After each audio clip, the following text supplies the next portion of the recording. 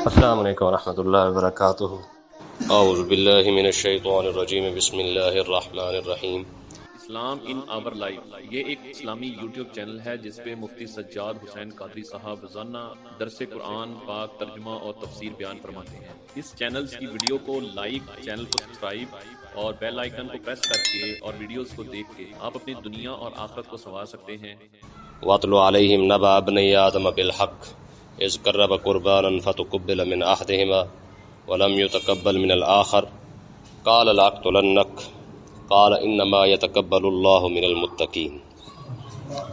یہاں پہ حضرت سیدنا آدم علیہ نبینا علیہ الصلاۃ والسلام کے دو بیٹوں کا ذکر ہو رہا ہے، حابیل اور قابیل کا۔ اس سبق کا پچھلے اسباق کے ساتھ تعلق یہ ہے کہ یہودیوں اور عیسائیوں نے کہا تھا کہ ہم اللہ کے بیٹے ہیں اور اللہ کے جو ہے وہ بڑے قریب ہے، تو اس وجہ سے ہمیں پھر کسی کی ضرورت نہیں ہے۔ تو آقا علیہ الصلوۃ والسلام کے ساتھ یہودیوں کا جو حسد تھا وہ کیونکہ حد سے زیادہ تھا اور انہوں نے حسد کی وجہ سے ہی نہیں مانا ہے، تو اس وجہ سے اس حسد کی برائی کو بیان کرتے ہوئے اللہ تبارک و تعالی نے جناب آدم علیہ السلام کے ان بیٹوں کا بطور ایک قصہ سبق بیان فرمایا ہے کہ حسد کتنی بڑی شے ہے اور انسان کو کہاں تک لے جاتا ہے۔ اللہ تبارک و تعالی نے ارشاد فرمایا وَاتْلُ عَلَيْهِمْ نَبَأَ ابْنَيْ آدَمَ بِالْحَقِّ، اے محبوب آپ انہیں آدم علیہ الصلوۃ والسلام کے بیٹوں کی جو سچی خبر ہے وہ انہیں پڑھ کر سنائیں۔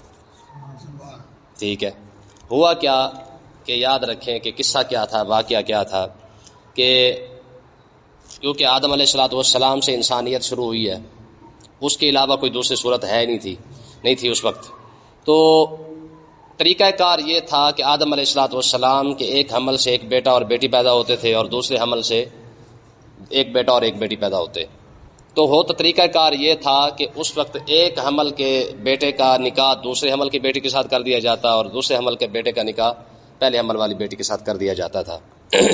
تو حابیل اور اس کی بہن لیودا غالباً اس کا نام تھا، وہ ایک حمل سے پیدا ہوئے، اور قابیل اور اکلیمہ یہ دو دوسرے حمل سے پیدا ہوئے۔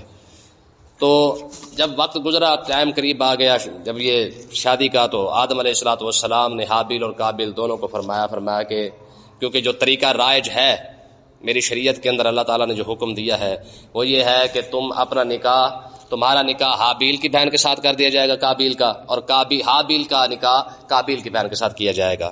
تو قابیل نے اس پر اعتراض کیا، انہوں نے کہا جناب بات یہ ہے کہ کیونکہ اکلیمہ جو تھی وہ بہت خوبصورت تھی، تو قابیل نے کہا جی میں نے اپنی بہن کے ساتھ ہی نکاح کرنا ہے، یعنی جو اس کے حمل کے ساتھ پیدا ہوئی ہے۔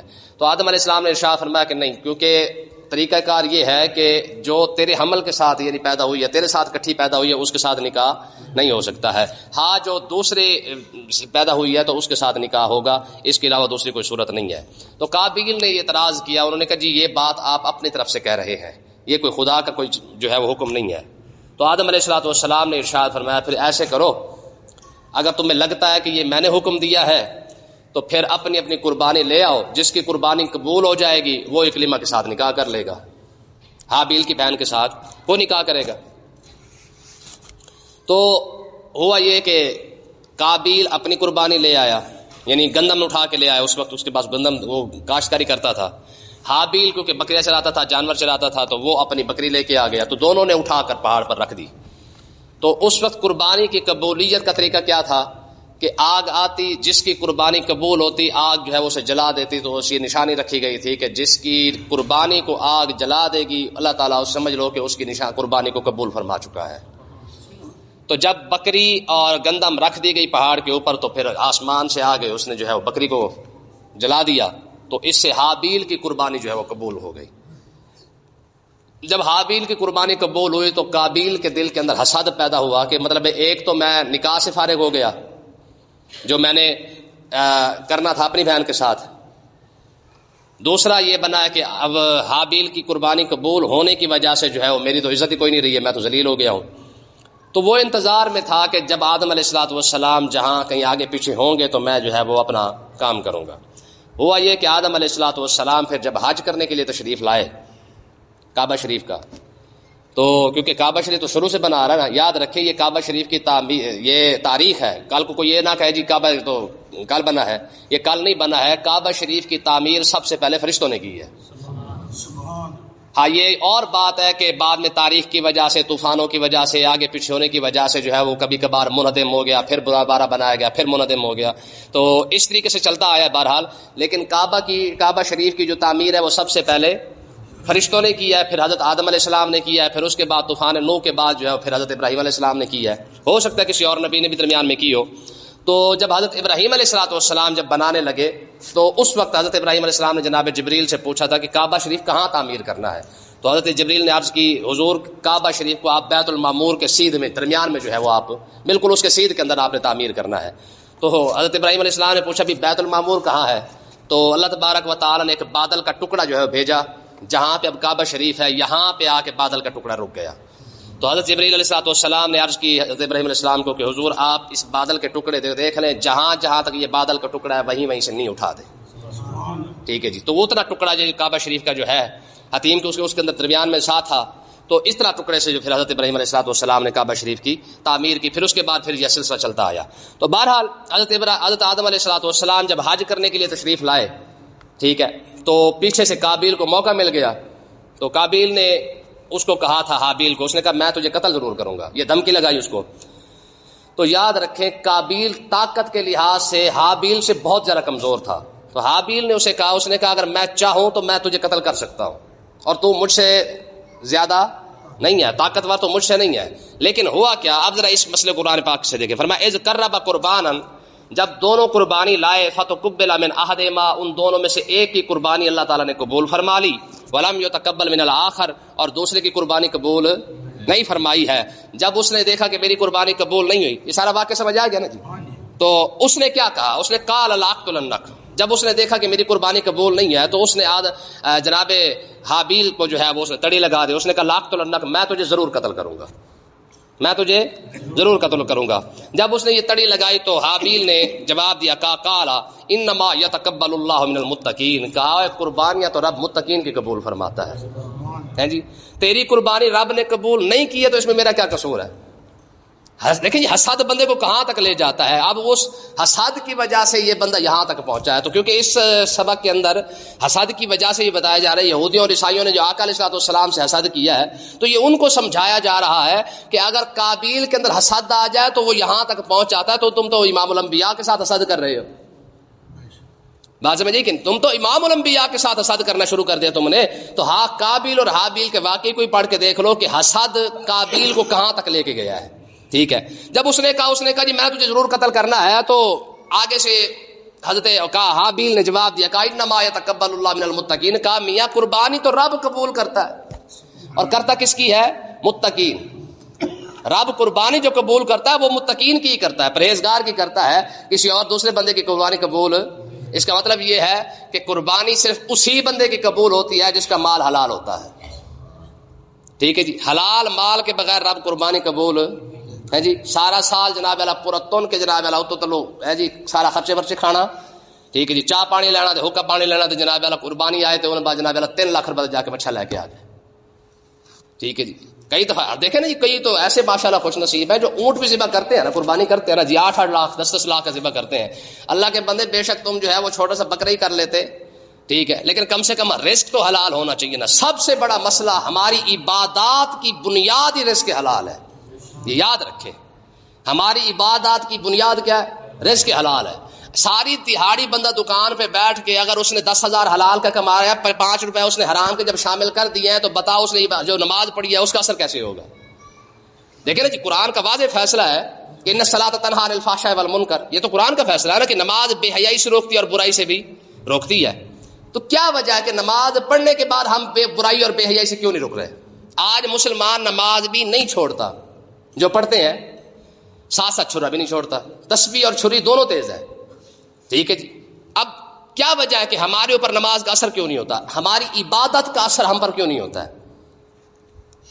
کبھی اور کیا ہے؟ تو اس کی مین بنیاد جو ہے نا ہمارا رزق حلال ہے. جتنا حلال رزق ہوتا جائے گا. آقا علیہ الصلوۃ والسلام سے ایک صحابی نے پوچھا یا رسول اللہ مجھے کوئی ایسا وظیفہ کوئی ایسا نسخہ عطا فرما دیں کہ میں دعا مانگوں, ابھی دعا کے لیے ہاتھ جو اٹھے ہوں میرے منہ پر بعد میں آئے, پہلے اللہ تعالیٰ میری دعا قبول فرما لے.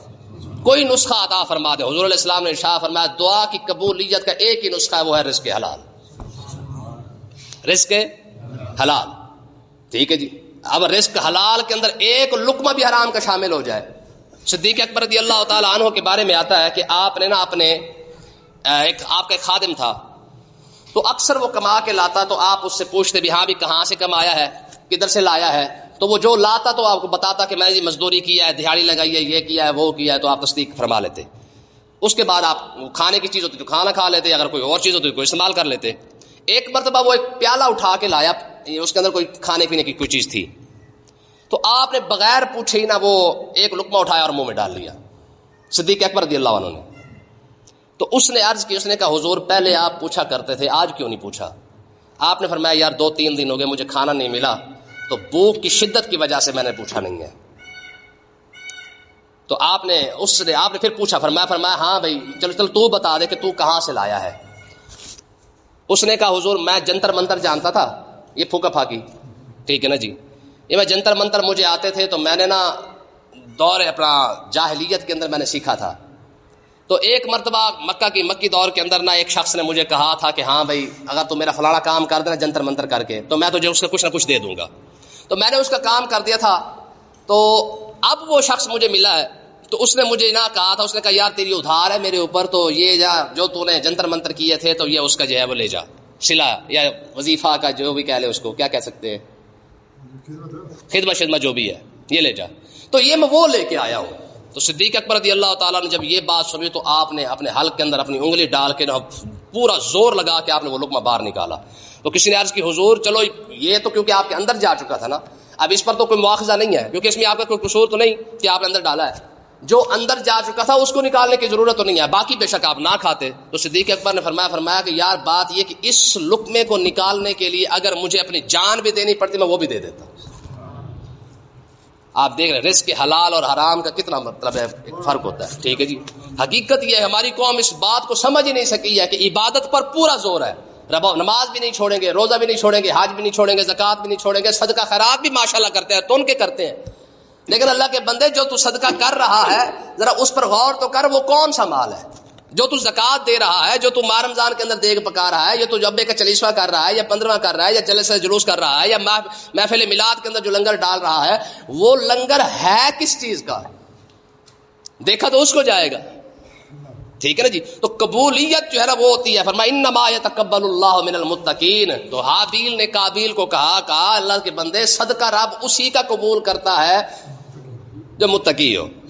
آگے دیکھیں فرمایا لئن بسطت الی یدک لتقتلنی, فرمایا اگر تو مجھے قتل کرنے کے لیے ہاتھ بڑھاتا بھی ہے نا, ما انا بباسط یدی الیک لیقتلک, میں تجھے قتل کرنے کے لیے کبھی بھی ہاتھ نہیں بڑھاؤں گا. یعنی مطلب یہ ہے کہ اگر تو مجھے قتل کرنا چاہتا ہے تو پھر بھی میں تجھے قتل نہیں کروں گا. آقا علیہ السلام نے ارشاد فرمایا کہ قاتل بھی جہنم کے اندر جائے گا, مقتول بھی جہنم میں جائے گا. یعنی جسے قتل کیا گیا وہ بھی جہنم میں, اور جس نے قتل کیا وہ بھی جہنم میں جائے گا. تو عرض کی کہ یا رسول اللہ قاتل کا جہنم میں جانا تو سمجھ آتا ہے, جسے قتل کیا گیا وہ بھی جہنم میں کیوں جا رہا ہے؟ تو آقا علیہ السلام نے ارشاد فرمایا کہ جسے قتل کیا گیا وہ بھی تو قتل کرنے کے چکر میں تھا نا. بات سمجھیے کہ نہیں؟ یعنی بس دا کا فرق ہے, اس کا دا لگا, اس نے قتل کر دیا ہے, اگر اس کا لگ جاتا تو یہ بھی تو اس کو قتل کر ہی دیتا. تو دونوں کی نیت کیونکہ ایک دوسرے کو قتل کرنے کی ہے, فلہذا قاتل بھی جہنم کے اندر جائے گا اور مقتول بھی, دونوں جہنم کے اندر جائیں گے. تو کہنے کا مقصد یہ ہے, تو یہاں پہ حضرت حابیل علیہ الصلوۃ والسلام, حابیل نے جو ہے وہ قابیل کو یہ جواب دیا تھا. حابیل نے کہا جناب میں ہاتھ نہیں بڑھاؤں گا قتل کرنے کے لیے, کیوں؟ انی اخاف اللہ رب العالمین, میں کائنات کے رب سے ڈرتا ہوں, چاہوں تو میں تمہیں قتل کر سکتا ہوں. جیسے میں نے آپ کو بتایا نا, حابیل طاقت کے لحاظ سے اور جسم کے لحاظ سے قابیل سے بہت زیادہ آگے تھا. اس نے کہا اگر میں چاہوں نا تو میرے لیے تجھے قتل کرنا کوئی اتنا بڑا مسئلہ نہیں ہے, اتنی بڑی بات ہی کوئی نہیں ہے, لیکن انی اخاف اللہ رب العالمین, میں صرف اور صرف رب سے ڈر کر جو ہے وہ تیرے لیے ہاتھ نہیں اٹھاتا, وگرنہ تیرے لیے تجھے قتل کرنا میرے لیے کوئی اتنا بڑا مسئلہ نہیں ہے. آگے اس نے کیا کہا؟ فرمایا انی اریدو، میں تمہیں قتل کیوں نہیں کروں گا. وہ اسے کہنے لگا کہ میں یہ چاہتا ہوں، حابیل نے کہا میں یہ چاہتا ہوں ان تبوا باسمی و اسمک، میرا گناہ بھی تیرے سر پہ آ جائے، تیرا گناہ بھی تیرے سر پہ آ جائے. ٹھیک ہے نا، میں تجھے قتل نہیں کروں گا. ہاں میں یہ چاہتا ہوں کہ تو اپنا گناہ بھی اٹھا جو تو پیچھے نافرمانی کر چکا ہے آدم علیہ السلام کی. ٹھیک ہے، وہ گناہ بھی تیرے ہی سر کھاتے میں ہے. اس کے بعد قربانی کے بعد حسد والا گناہ بھی تیرے کھاتے میں آ گیا. اب جو تو مجھے قتل کرنے کے چکر میں ہے، فرمایا یہ گناہ بھی تیرے ہی کھاتے میں آ جائے. فتکون من اصحاب النار، میں یہ چاہتا ہوں کہ تو جہنم کے اندر ہی جائے. میرا کوئی حصہ نہیں ہونا چاہیے. اگر تو جانا چاہتا ہے تو بے شک جہنم میں جا، میں تیرے اوپر کوئی بات ایسی نہیں کروں گا. وذالک جزاء الظالمین، ظالموں کی جزا ہی یہی ہوتی ہے کہ تو نے سب سے پہلے نبی پر اعتراض کیا، اپنے باپ پر اعتراض کیا، اپنے والد پر اعتراض کیا، اس کے بعد تو نے رب کی تقسیم پر اعتراض کیا. ٹھیک ہے، وہ جو نکاح والا سلسلہ وہ بھی رب کے حکم سے تھا. تو نے اتنے سارے گناہ اکٹھے کر لیے ہیں. اب اگر تو میرے اوپر قتل کرنے کے لیے آ ہی گیا ہے تو یہ بھی کر کے دیکھ لے. اللہ کرے میں یہ چاہتا ہوں کہ سارا کا سارا گناہ تیرے کھاتے میں پڑ جائے. آگے اس نے کیا کہا؟ فتوات لہ نفسہ قتل اخیہ، اس نے جناب اپنے بھائی کے قتل کا جو ہے وہ پکا ارادہ کر لیا. فقتلہ، جیسے ہی حضرت آدم علیہ السلام حج کرنے کے لیے آئے تو اس نے کیا کیا؟ کسی بہانے سے جو ہے وہ قابیل نے حابیل کو قتل بھی کر دیا. فاصبح من الخاسرین، اور میں جب اس نے قتل کر دیا تو نقصان اٹھانے والوں میں سے ہو گیا. اب ہوا کیا؟ قتل تو اس نے کر لیا کیونکہ یہ دنیا کا تاریخ انسانی کا پہلا قتل تھا. قتل کرنے کے بعد اب اسے سمجھ نہ آیا کہ میں اس کا کیا کروں، لاش کا کیا کروں، اسے کہاں لے کے جاؤں. تو وہ کافی عرصہ تک جو ہے وہ لاش کو اپنے کندھے پر اٹھا کے پھرتا رہا کیونکہ اسے سمجھ ہی نہیں آتی تھی کہ میں نے اس لاش کا کیا کروں اور کہاں لے جاؤں.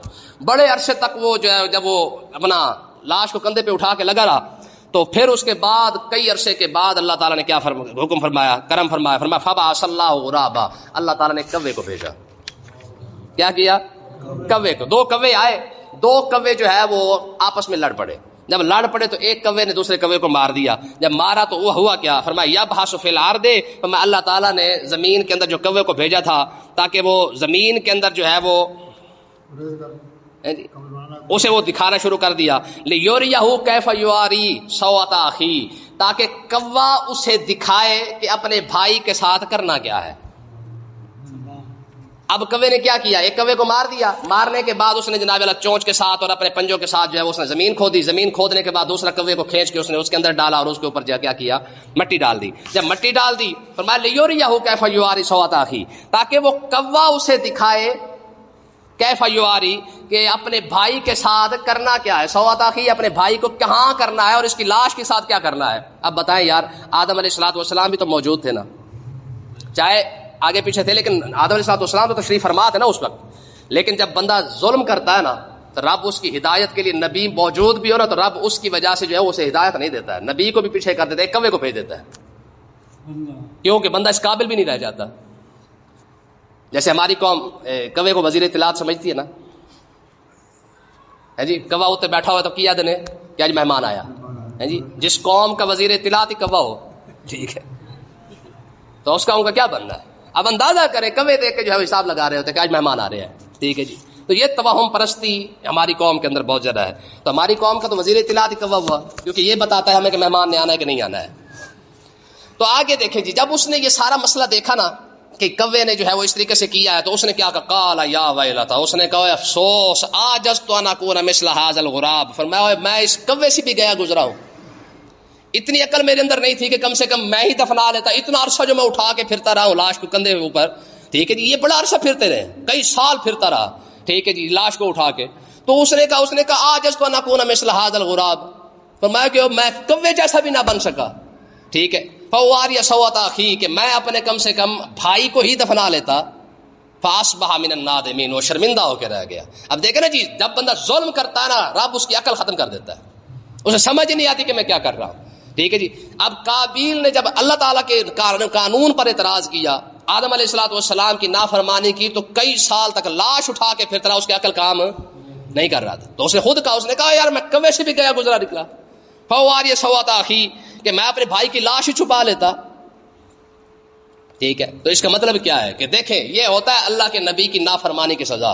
قتل تو اس نے جو کیا وہ تو کیا. آقا علیہ الصلوۃ والسلام نے ارشاد فرمایا دنیا جہان کے اندر جہاں بھی قتل ہوتا ہے قاتل کو تو اس کو جو حصہ ہے وہ اس کا ملنا ہی ملنا ہے.